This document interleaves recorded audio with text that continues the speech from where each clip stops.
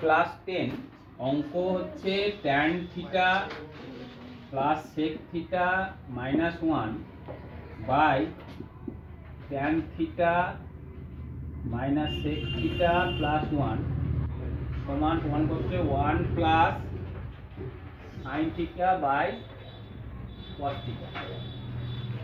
কি করবে? এটা বাদ দাও, এটা প্রমাণ করব। তো 1টাকে লেখা যায় sec square theta minus tan square theta.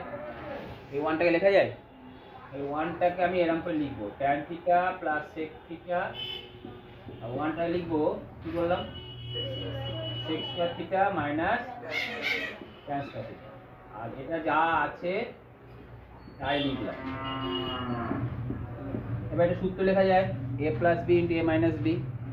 তাহলে উপরে যেটা ছিল সেটা লিখে দাও, tan theta plus sec theta minus sec theta plus tan theta sec theta minus কি tan থিটা। আর নিচে যা ছিল তাই রেখে দিলাম।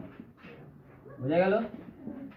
এবার দেখো এই দুটো সাইড এইটা এটা কমন গেল, কমন গেলে যেটা কমন গেল সেটাকে আলাদা করলাম, tan theta plus sec theta. আর পুরো হলো কি এখানে 1 minus sec theta plus tan theta by tan theta minus sec theta plus 1। দেখো এই দুটো মিলে গেছে, ছেড়ে দিলাম। পুরো হলো কোনটা? tan theta plus sec theta. এটা ভেঙে দাও, ভেঙে দিলে কি হয় বলো? sin theta by cos theta plus 1 by cos theta. cos theta কি হলো? লসাগু। বিয়োগ কত হলো? sin theta plus 1।